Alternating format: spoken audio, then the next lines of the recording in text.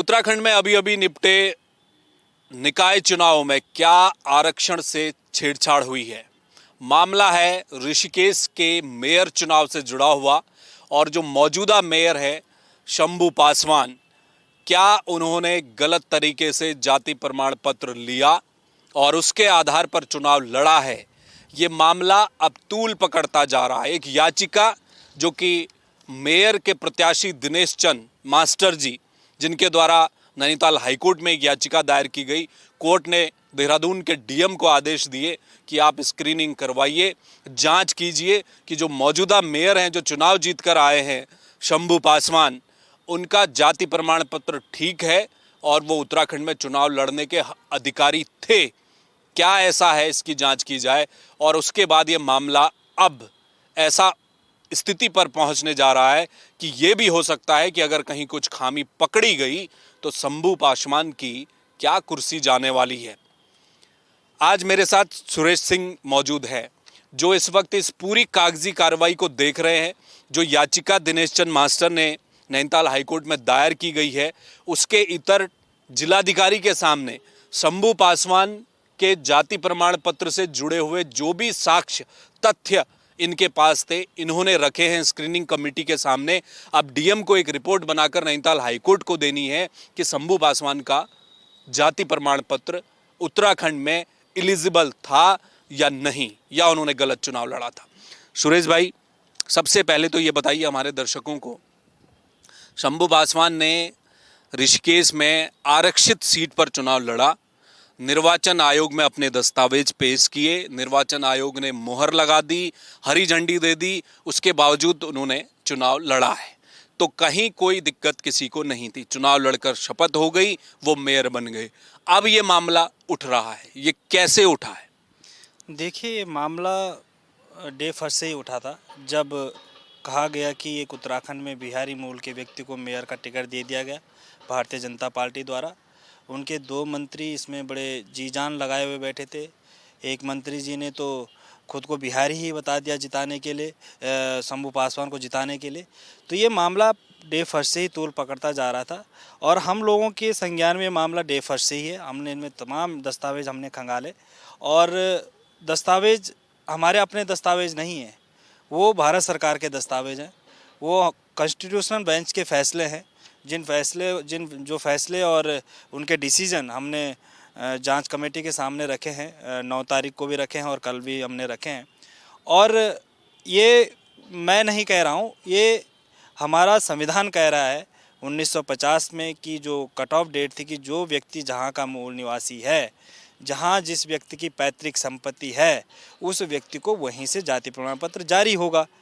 अब चूँकि शंभू पासवान जी ने अपने जो नामांकन पत्र है उसमें स्पष्ट कहा है कि उन्होंने 8वीं पास तो बिहार से किया है, वो उनका आप ऑनलाइन भी चेक कर सकते हैं। उन्होंने अपनी जाति का भी जिक्र किया है, हालांकि वो जाति उत्तराखंड में है और बिहार में भी है। किसी तरीके से जाति प्रमाण पत्र बना दिया, बनाने की भी एक अलग प्रक्रिया होती है। उसमें जो संबंधित अधिकारी होता है उसको वहाँ के अधिकारी से कंसर्न करना होता है। एक बार के लिए बना दिया जाता है लेकिन उसका लाभ नहीं मिलता है। इसके समय समय पर भारत सरकार ने दिशा निर्देश जारी किए हैं। देश के माननीय सर्वोच्च न्यायालय और माननीय उच्चतम न्यायालय विभिन्न प्रदेशों के, उन्होंने भी गाइडलाइंस इसमें अपने डिसीजन दिए हैं।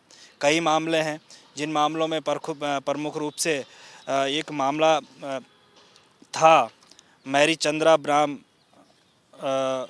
Chandrashekhar Rao versus dean Seth GS medical college का ये मामला था। कॉन्स्टिट्यूशनल बेंच का फैसला इसमें आया और उसमें स्पष्ट कहा गया, ये विश्वविद्यालय में मेडिकल का एक छात्र जो वहाँ आरक्षण लेने जा रहा था, उसको सुप्रीम कोर्ट की कॉन्स्टिट्यूशनल बेंच ने डिसीजन दिया कि आप जिस राज्य के मूल हैं आपको उसी राज्य से आरक्षण का लाभ मिलेगा, दूसरे राज्य से आपको आरक्षण का लाभ नहीं मिलेगा। एक और केस था जो कॉन्स्टिट्यूशनल बेंच का रहा, action committee on issue of caste versus Union of India.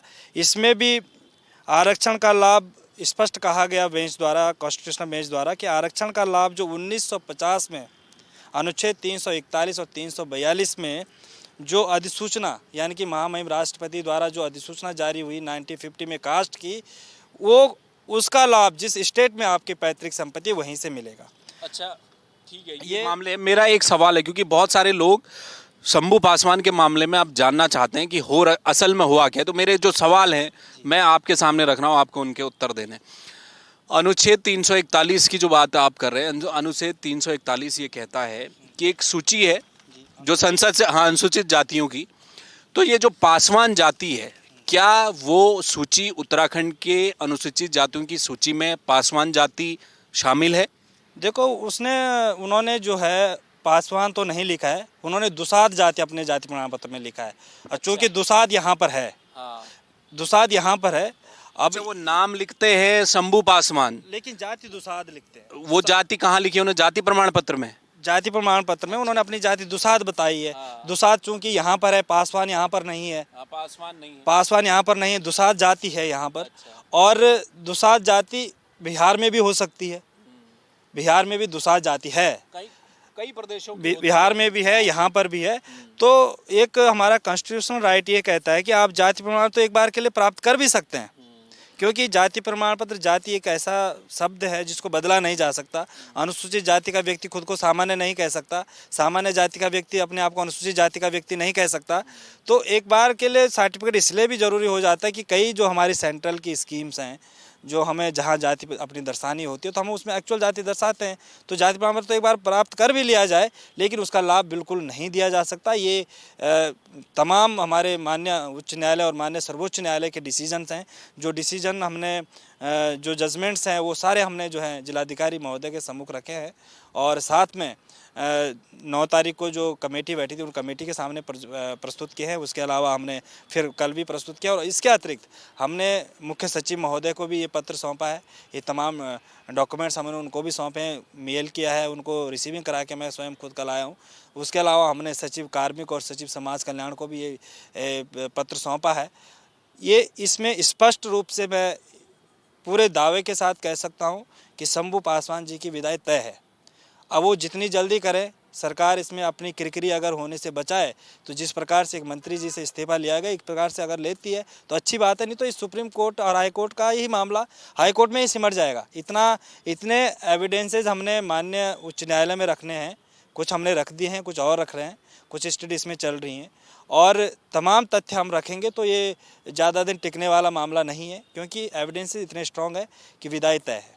अच्छा, ये बताइए कि शंभू पासवान, जहाँ तक मुझे पता है, मेरी अभी उनसे बात नहीं हुई है, मैं कोशिश करूँगा कि उनका भी पक्ष आए इस मामले में, लेकिन जितना मैंने पढ़ा, जो जहाँ पर अखबारों में और जिस तरह से उन्होंने कुछ बातें अपनी कही हैं, यहाँ भी जिलाधिकारी के सामने उन्होंने जब अपना पक्ष रखा था, उनका ये कहना था कि भाई जो याचिका है, जो रिट पिटिशन है, उसमें किसी रजिस्ट्री का जिक्र किया गया। एक रजिस्ट्री है जिसमें उनका नाम अलग है, केवल उसी को पकड़ के तूल बनाया जा रहा है। और वो तो यहाँ राज्य गठन से पहले से रह रहे थे, वो टिहरी में रहते थे, टिहरी के वो निर्वासित हैं वहाँ से।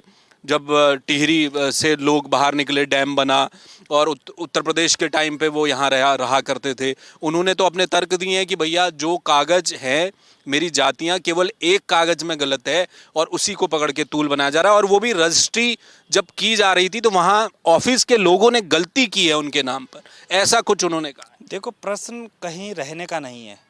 प्रश्न आर्टिकल 19 हमें पूरे देश में किसी भी कोने में रहने का अधिकार देता है।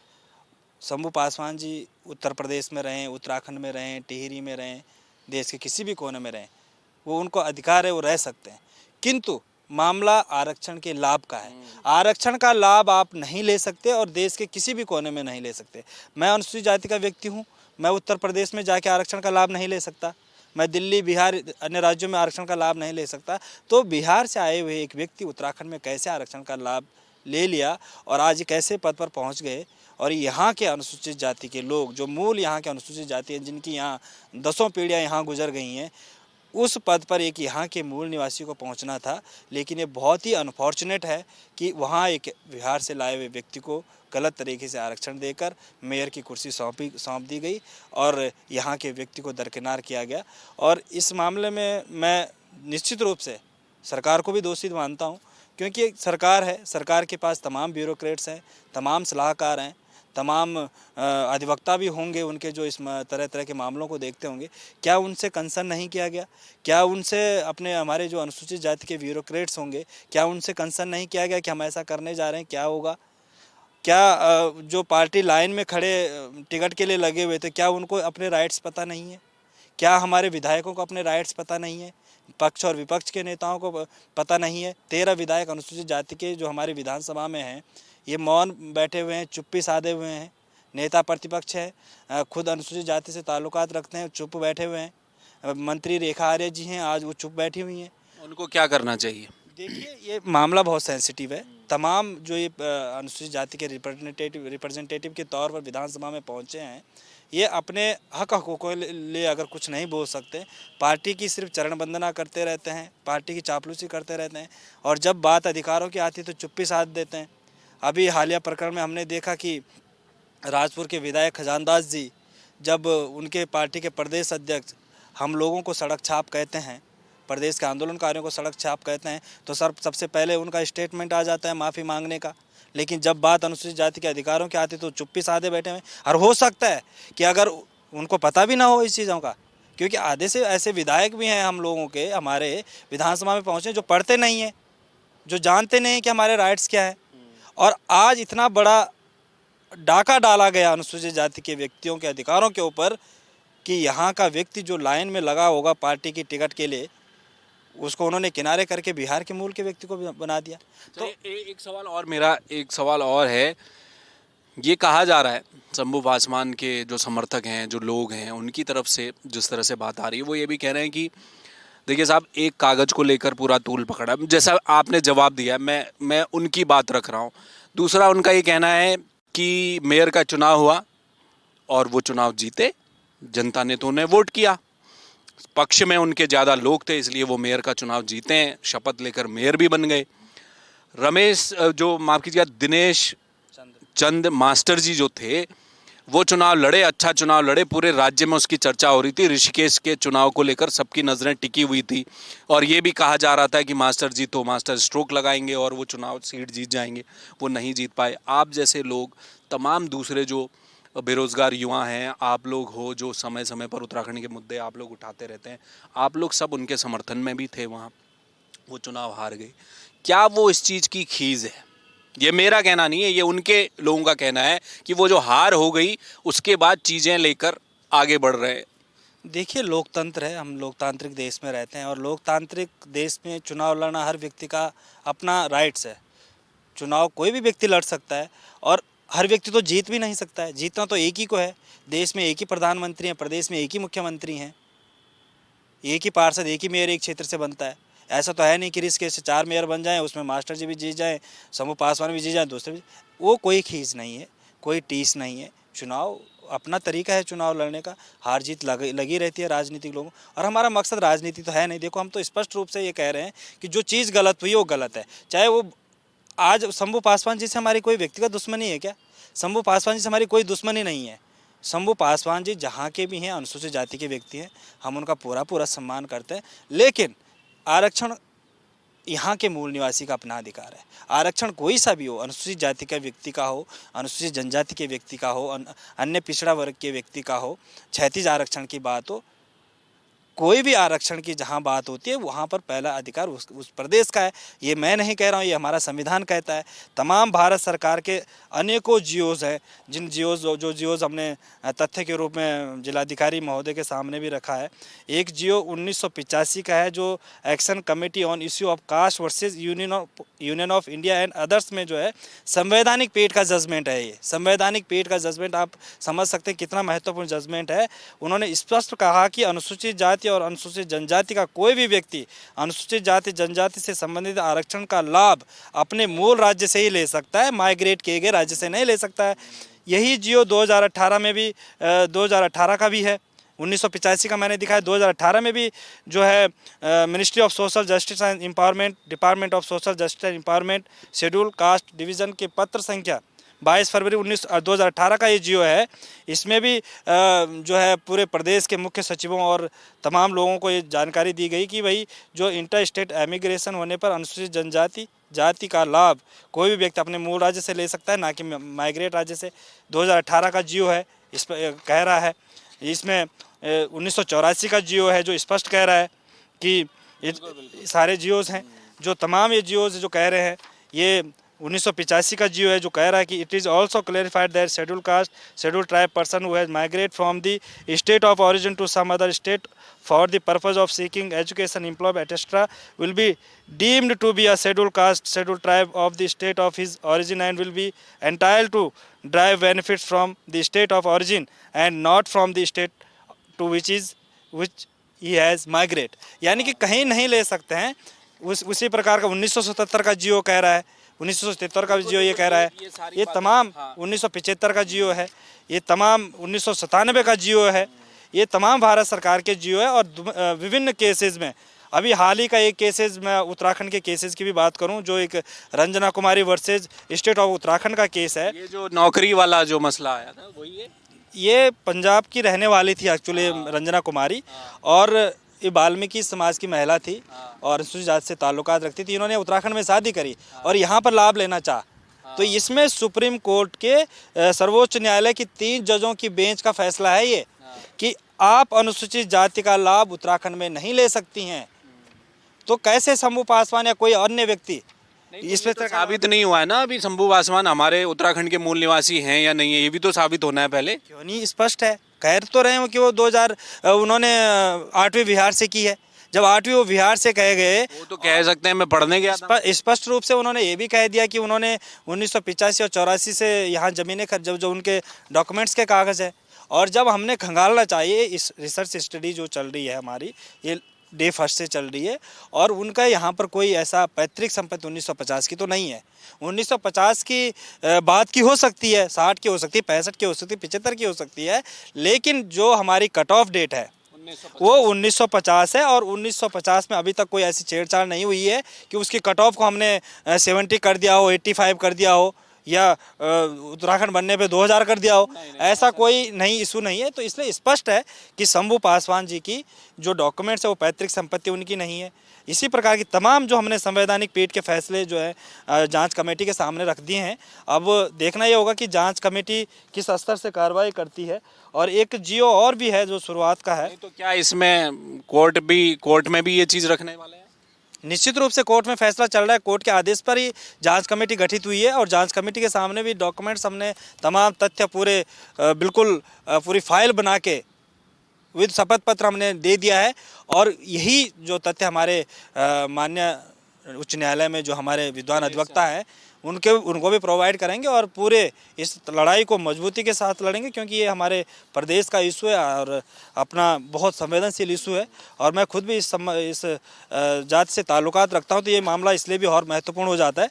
और निश्चित रूप से इसमें हम आगे बढ़ेंगे और ये कुर्सी ज़रूर जाएगी। मैं तो ये कहता हूँ कि जितना जल्दी हो सके, जिस प्रकार का इस्तीफ़ा मंत्री प्रेमचंद्र अग्रवाल से दिलाया गया, उसी प्रकार का अगर इस्तीफ़ा दिलवा देते हैं तो ये अच्छा होगा, वरना किरकिरी होगी तो फिर मुंह छुपाते नहीं छुपेगा।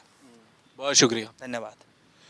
तो देखिए बात साफ है, 1950 की कट ऑफ डेट है, बिल्कुल सही बात है। और मूल निवास को अगर साबित करना होगा शंभू पासवान को कोर्ट के सामने, क्या वो कर पाएंगे? और जहाँ तक जातियों का मामला है, वो जो सूची है उत्तराखंड की, जिसे केंद्र सरकार द्वारा सदन द्वारा तय किया जाता है, उन सूचियों में पासवान जाति तो नहीं है, लेकिन जो जाति वो दूसरी कागज़ों में दर्ज कर रहे हैं वो है। तो मामला बड़ा पेचीदा है।